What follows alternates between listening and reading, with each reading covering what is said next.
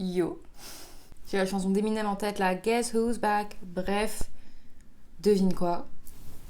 I'm back. Est-ce que c'est pas un truc de ouf? Parce que franchement, ça veut dire que la dernière fois, j'ai pas menti. Et je suis ravie parce que quand je t'ai dit oui, je vais revenir bientôt et j'avais quand même un petit soupçon de doute, non, figure-toi que je suis là pour te parler livre. Je pense qu'on commence à le comprendre et je vais pas faire durer cette intro 1 milliard d'années parce que comme d'habitude, je suis pas hyper à l'aise dans cet exercice. Donc je te propose qu'on commence tout de suite la vidéo ensemble pour te parler de mes dernières lectures. Le premier livre dont je vais te parler, je vais te le montrer vite fait, mais alors très vite fait parce que ça pèse 8 tonnes 5. C'est Anna Karénine de Tolstoï que j'ai ici dans une édition absolument sublime. Et cette très belle édition, c'est l'édition Baudelaire. Et c'est traduit du russe par Marc Semenov. Anna Karénine, c'est un livre qui est évidemment extrêmement connu, mais je veux quand même t'en parler parce que ça a été une lecture incroyable. Je lis beaucoup de bons livres en ce moment, donc j'ai pas envie de paraître trop répétitive à tout le temps de dire que c'était une lecture géniale, mais Anna Karénine, c'était, je pense, une de mes meilleures lectures de l'année. Et c'est un livre dont je vais me rappeler pendant longtemps et que je pense que je prendrai plaisir à relire dans quelques années. J'ai envie de te parler de ce livre sans trop t'en dire parce que je trouve que l'intrigue est tellement bien mesurée et qu'elle est vraiment bien amenée dans Anna Karénine que ce serait dommage de trop t'en dire. On a tendance à penser que c'est une histoire d'infidélité, c'est tellement plus que ça. Anna Karénine n'est pas le personnage principal à mon sens, elle est l'un des personnages phares de ce roman, mais il y a bien d'autres personnages qui ont pour moi tout autant d'importance dans le déroulé du récit qu'Anna. Par exemple Levin, qui est mon coup de cœur absolu dans ce roman que j'ai adoré ses réflexions, j'ai tout aimé.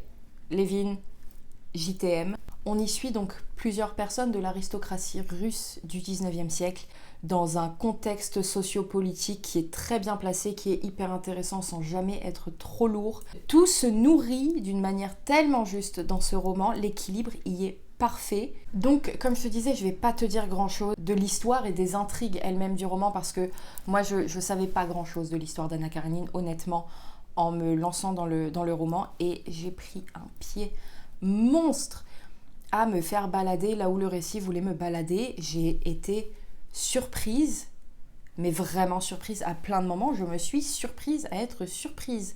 Il y a des tournures d'événements auxquelles je ne m'attendais absolument pas, ne connaissant que très peu l'histoire d'Anna Karénine. Effectivement, si j'avais vu le film, j'aurais pas été surprise naturellement, mais là vraiment j'étais embarquée, conquise et tellement prise dans l'histoire et prise dans ce qu'il allait arriver à ces personnages que franchement, j'ai vécu le truc comme un film d'action.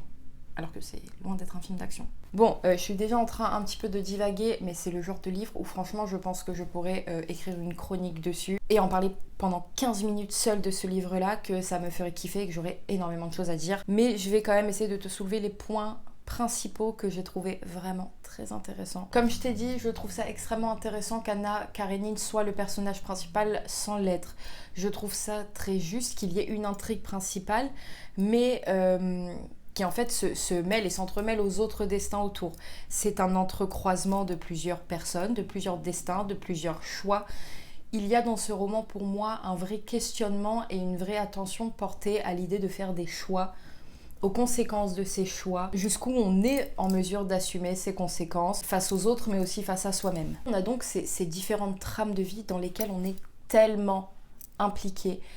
J'ai trouvé que là était vraiment la force du roman. Comme je t'ai dit, moi j'ai besoin de me sentir impliquée émotionnellement avec les personnages que je rencontre, sinon globalement j'en ai rien à faire de ce qui leur arrive. Là on est totalement impliqué dans ces vies. Ce que j'ai absolument adoré dans ce roman, outre l'écriture qui est évidemment très très belle, je veux dire, quand on lit un classique, quand on lit du Tolstoï, on s'attend à ce que la plume soit belle, elle l'est, on n'est absolument pas déçu. Mais ce que j'ai particulièrement aimé, c'est la simplicité de cette écriture. C'est une écriture qui est fluide et qui est tellement agréable à lire et qui est simple. C'est absolument pas péjoratif quand je dis simple. Et je trouve ça hyper appréciable. En plus de ça, j'ai adoré le fait qu'on explore les profondeurs de ces personnages, les profondeurs de leurs âmes, leurs questionnements très intimes, très profonds, leurs tourments, sans que ce soit du pathos à l'extrême sans qu'on soit dans quelque chose très noir, trop pesant. Moi j'adore les littératures un peu torturées, on va pas se mentir. C'est pour ça que je pense que j'aime beaucoup les littératures russes. Il y a quand même un côté où on est dans des esprits torturés.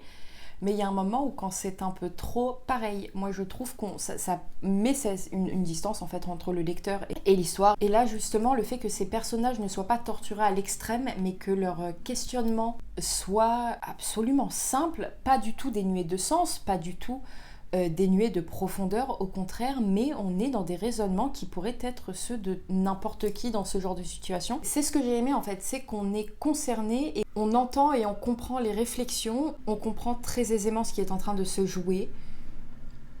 Et donc on est concerné. Enfin, moi j'ai été archi concernée par tous les personnages, parce qu'il se passait. J'ai tellement aimé tout ce qui tournait autour de la foi, de l'idée du pardon. Il y a quelque chose autour du pardon que j'ai trouvé hyper beau, de la justice, du sens de la justice, évidemment de l'amour, parce qu'on suit plusieurs histoires d'amour qui sont toutes à leur manière extrêmement belles. Tolstoï décrit l'amour d'une façon... C'est Kuzming, c'est un plaisir. Comme je te disais, cette idée de faire des choix, d'en accepter les conséquences. Il y a toute une question aussi autour de la résilience. C'est tellement complet au niveau des émotions qu'on parcourt et qui sont retranscrites ici, que ça ne peut être qu'un bon livre quand c'est fait de cette manière-là. Quand c'est aussi bien tissé et amené, on est sur un chef-d'œuvre. Et si tu n'as pas lu Anna Karénine, franchement, mais je te conseille de t'y jeter corps et âme comme j'ai pu le faire, parce que vraiment pour moi on ne peut pas être déçu d'Anna Karénine. Il faut avoir envie de se taper 1000 et quelques pages, ce qui est quand même assez conséquent. C'est pour ça que jusqu'à présent j'avais un petit peu freiné, mais je l'ai enfin lu et je suis absolument pas déçue. C'était exquis. Pour cette deuxième lecture, je vais te parler d'un livre qui ne m'a pas complètement convaincue. Pas vraiment, pas trop. Je peux pas envie de dire pas du tout, mais... J'ai lu ensuite Le papillon des étoiles de Bernard Werber. Alors, mon erreur est la suivante. J'étais archi embarquée dans Anna Karénine, mais de peur que ça devienne un peu indigeste, j'ai pas du tout voulu enchaîner les 2 tomes, qui ne sont pas des tomes, qui sont un découpage de la maison d'édition. J'ai pas voulu les enchaîner, justement, comme je te dis, de peur de faire un trop-plein.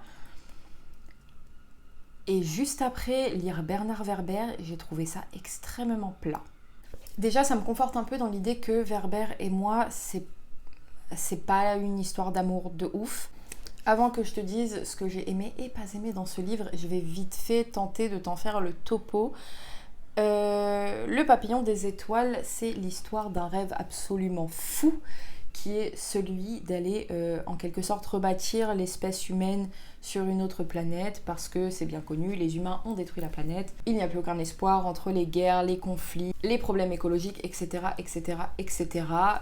Et plusieurs personnes, un scientifique, un milliardaire et ainsi de suite, se regroupent pour mettre en place ce projet absolument fou, qui est de construire un voilier géant qui va traverser l'espace pendant je ne sais plus combien de générations, mais c'est un truc absolument faramineux, pour in fine arriver sur une planète et recommencer l'histoire. Pourquoi pas ? Pourquoi pas ? Moi déjà c'est le genre de pitch qui me m'attire pas de ouf, mais pourquoi pas. Mon premier problème est le suivant, j'ai beaucoup de mal. Comme je t'ai dit, je suis pas une grande lectrice de science-fiction, donc dès qu'on est trop dans des calculs, dans des théories extrêmement scientifiques, que ça me gonfle. Clairement, je lis en diagonale. Enfin, moi, tous les passages de calcul de combien de personnes il va falloir sur combien de générations pour réussir à perpétuer ça, j'en ai mais strictement rien à faire. Et là, c'est purement mon avis. Alors, je veux dire, y a certainement des gens qui trouvent ça passionnant et qui adorent, et grand bien leur face. C'est juste moi, pas du tout mon truc. Et quand l'idée me dépasse complètement, j'ai encore plus de mal. Par contre, quand tu me dis qu'un voilier géant va traverser l'espace sur je sais pas combien de générations, qu'il fait je sais plus combien de centaines de kilomètres, ou dizaines de kilomètres, bref, je crois que c'est en centaines, avec des voiles géantes, ça me... Alors, je suis pas très fan du style de Bernard Werber, je suis pas très fan de ses tournures de phrases. c'est un style avec lequel je n'accroche pas et qui me sort assez souvent du récit.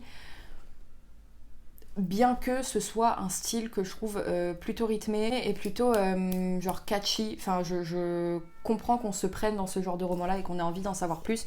Et j'ai pas non plus été conquise par le rythme du roman.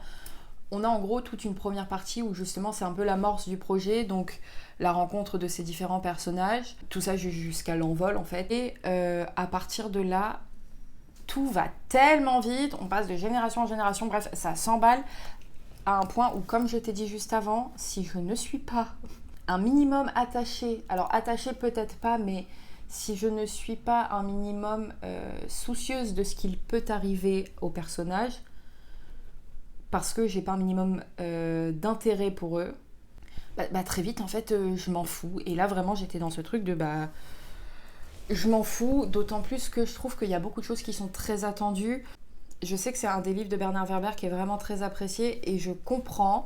C'est juste que moi j'ai trouvé ça assez simple en fait dans la conclusion et dans le déroulement. Enfin, pour moi tout était plutôt très attendu. Oui, c'est ce que j'ai noté là. Je trouve que c'est facile et dans les idées et dans le développement, bien que ce soit bien exécuté. Par contre, très bonne fin. J'avais lu quelque part que les fins, c'était pas quelque chose... Enfin, que c'était quelque chose qui était souvent critiqué chez l'écriture de Werber. La fin est très bien. Alors vraiment, je pense que j'ai préféré du roman, c'est la fin. Il y a des grosses références bibliques qui sont, je trouve, bien amenées, sans qu'on s'y attende trop. Enfin, quand elles arrivent sur le coup, c'est évident que ce sont des références bibliques, mais j'ai trouvé ça très très cool. Voilà, ce que j'ai le plus aimé dans ce roman, c'est la fin. Ensuite, j'ai lu Jane Eyre de Charlotte Brontë, que j'ai ici dans une très jolie édition que j'avais trouvée, je sais pas si tu vas voir, en boîte à livres. Donc moi, absolument ravie, j'ai sauté sur cette édition. Et c'est en fermant le livre, qui fait ici un peu plus de 400 pages, que je me suis dit, mais attends, ça me semble bien peu de pages pour Jane Eyre. Et en fait, effectivement, parce que j'ai lu une version abrégée. Voilà, et je m'en suis rendu compte vraiment en fermant le livre. Ce qui veut donc dire que je pense que c'est une bonne version abrégée, puisque je ne l'ai ressentie à aucun moment. Enfin, vraiment, j'étais tellement prise dans ma lecture que à aucun moment j'ai eu l'impression qu'on allait vite ou qu'on sautait un passage, mais du coup je suis un peu déçue, je t'avoue. Jane Eyre, c'est l'histoire de vie d'une orpheline qui est recueillie par sa tante, il me semble, une espèce de grande tante qui a absolument aucune affection pour cette petite gamine là. Elle ne reçoit de l'affection de la part de quasiment personne, et dès qu'elle peut partir de cette maison pour aller dans un internat, elle s'en va et commence un petit peu sa vie. Enfin, non, sa vie avait déjà commencé avant, pauvre bichette, mais je veux dire, c'est un peu le premier pas vers son émancipation et vers le reste de sa vie. Déjà, là aussi, comme tu vois, là où avec Werber, je pars avec un a priori, avec Charlotte Brontë aussi, mais un très bon a priori. Il faut savoir que moi, les romans gothiques anglais, de plus, écrits par des femmes, c'est vraiment ma comfort zone. Je savais de base de toute façon que j'étais quasiment sûre à 1000% d'en aimer l'ambiance. Déjà, au-delà du contenu, je savais que j'allais me replonger dans une ambiance que j'aime. Et ça a été absolument le cas. J'ai tout de suite été attachée au personnage de Jane, que je trouve vraiment bien construit, vraiment bien dépeint. Jane, c'est une gamine qui est hyper attachante. Elle est intelligente, elle est sensible, elle est juste... Elle est absolument pas parfaite, mais elle a un sens de la droiture qui est très, très impressionnant, et j'ai beaucoup aimé la voir rester juste, quoi qu'il arrive, à ce qu'elle est et à ses idées face aux différentes situations qui lui arrivaient, face à l'adversité, face à la violence parfois, face au rejet. J'ai également beaucoup, beaucoup aimé la sensibilité et les fragilités des personnages masculins du roman. C'est quelque chose que je trouve hyper appréciable, justement, de montrer des personnages masculins avec de vraies fragilités et qui l'expriment autrement que juste avec de la colère et de la violence. Que j'ai lu, comme je t'ai dit, une version abrégée, j'ai trouvé que ça se lisait extrêmement vite. Je pense que les plus de 400 et quelques pages là, je les ai dévorées en genre 4 jours, 3-4 jours. Parce que on est tellement attaché à Jane et on a tellement envie qu'elle s'en sorte et que ça s'avale. L'écriture est très élégante, vraiment. Bien évidemment, j'ai été très sensible aux questions autour de la place de la femme, de la valeur de ses désirs et de ses envies, au-delà de faire valoir ses droits, de se les approprier. Enfin, il y a un vrai truc de l'appropriation dans ce roman. Et il y a une vraie affirmation du droit de choisir. Et ça, c'est quelque chose que j'ai trouvé aussi amené de manière très subtile, là aussi très élégante. Vraiment, c'est le mot qui me vient en tête à chaque fois que je pense à Jane Eyre, c'est hyper élégant. Au-delà de toutes ces choses-là et de ces choses un peu plus profondes, entre guillemets, du texte, qui m'ont, moi, personnellement touchée et qui ont, du coup, appuyé le lien que j'ai développé avec cette histoire, il y a une vraie intrigue qui est vraiment présente. Il y a plusieurs intrigues, de toute façon, puisqu'on suit j'allais dire Anna, non. Puisqu'on suit Jane, comme je t'ai dit, sur une bonne partie de sa vie. C'est vraiment un roman, là aussi, qui ne manque pas d'action. J'ai trouvé que les intrigues étaient vraiment intéressantes et qu'on avait vraiment envie d'en savoir plus. Et de savoir ce qui allait arriver à Jane. Et comme je t'ai dit, en plus de ça, on s'attache tellement à ce personnage. Enfin, moi, perso, j'ai été tellement tout de suite attachée à Jane que j'arrivais plus à lâcher le livre. Et là aussi, comme avec Anna Karenine, où je te dis, j'en avais entendu 2-3 mots, genre histoire d'adultère. Là, pour moi, c'était histoire d'amour impossible. C'est tellement plus que ça. La romance principale est très bien construite parce qu'elle est loin d'être évidente, elle est loin d'être simple. Et elle prend le temps de s'installer. J'aime quand les sentiments prennent le temps de se mettre en place, d'évoluer. C'est là où moi ça commence à me parler et à me toucher en fait. Si tu veux un personnage féminin touchant, intéressant et fort dans sa sensibilité et dans sa subtilité, lis Jane Eyre. Vraiment, fonce. Je vais passer au dernier roman que j'ai lu et pas des moindres.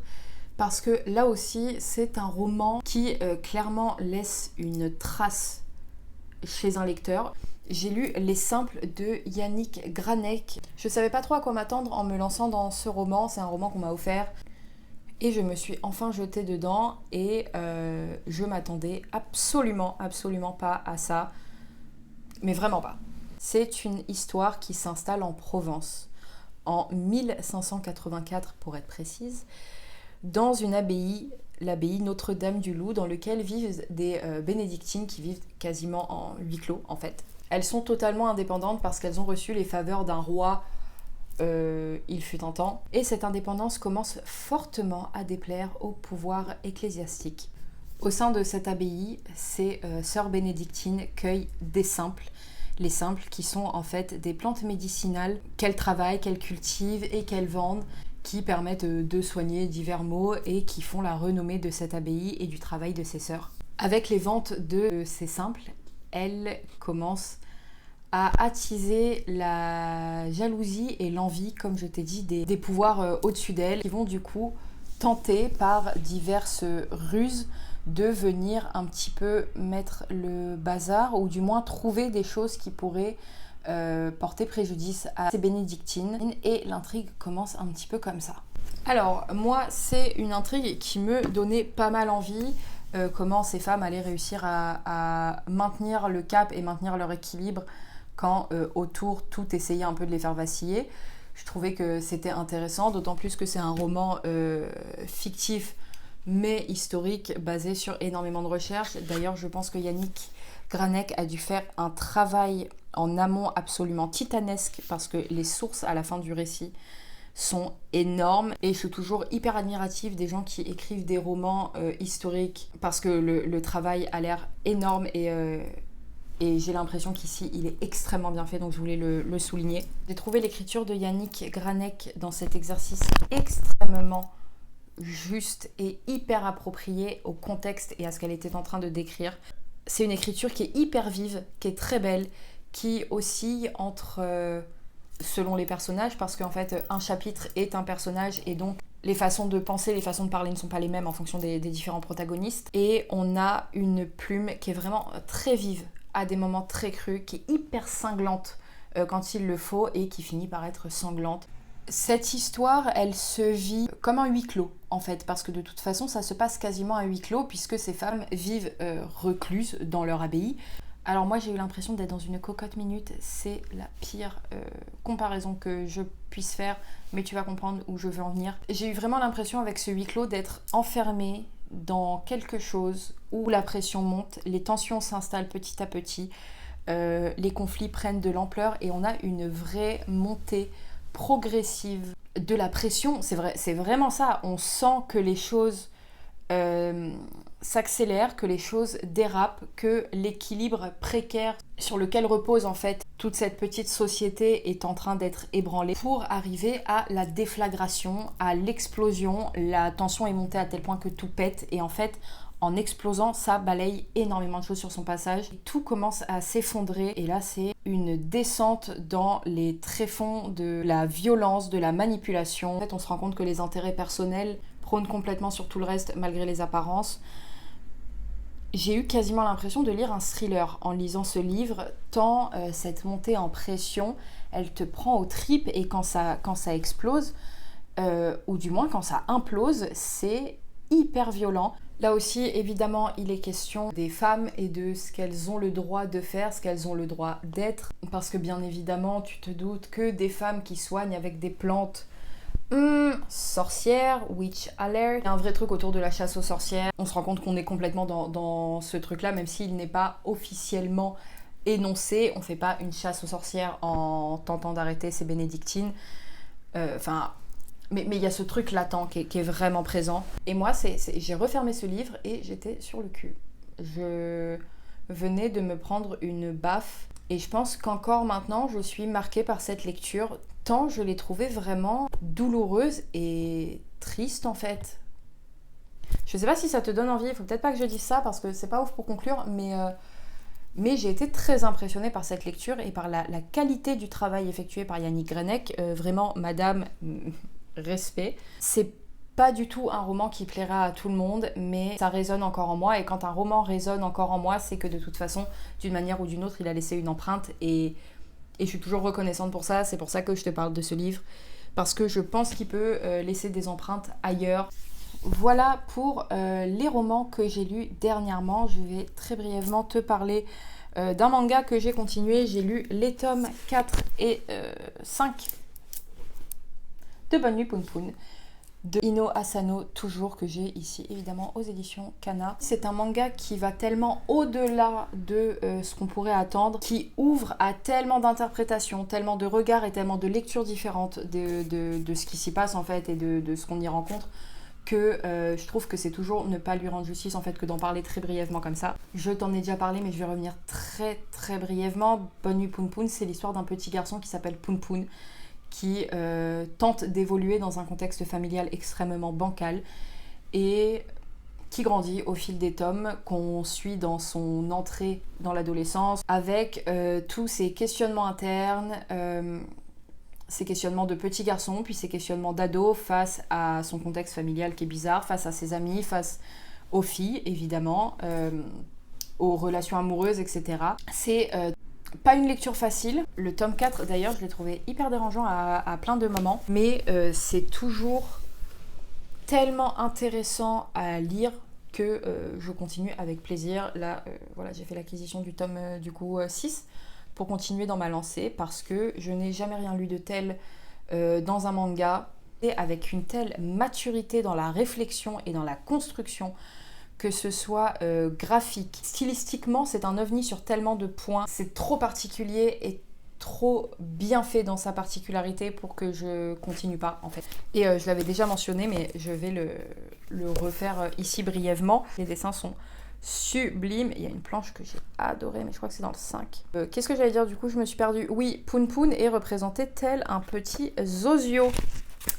C'est-à-dire que tu as les autres personnes qui sont représentées normalement et Poun Poun est toujours représenté comme ça, comme un petit oiseau qui ne parle pas. On a ses pensées mais on n'a jamais ses dialogues, on a la réponse des autres mais pas ce que lui dit.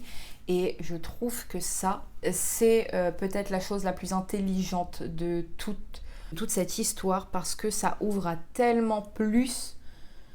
On enlève en fait les restrictions de l'apparence, de la parole pure. Enfin, ça ouvre à tellement de choses, c'est hyper intelligent. Et ouais, je voulais te montrer juste une planche pour que tu vois un peu. Voilà.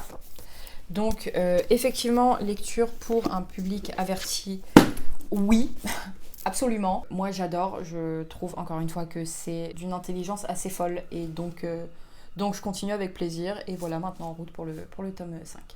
Je vais du coup te laisser sur ces bonnes paroles, puisque c'est tout pour moi pour aujourd'hui. J'espère, comme d'habitude, que je t'ai donné envie de lire certains de ces livres. Si toi tu en as lu, n'hésite pas à me dire ce que tu en as pensé. S'il y a des choses avec lesquelles tu n'es pas du tout d'accord avec moi, n'hésite pas à me le dire. Je trouve ça toujours hyper intéressant, les avis divergents sur les lectures. Je crois que c'est mon petit côté, j'aime bien débattre. J'espère bien évidemment que tu as passé un bon moment en ma compagnie et on se revoit très vite pour de nouvelles aventures. Et d'ici là, prends soin de toi.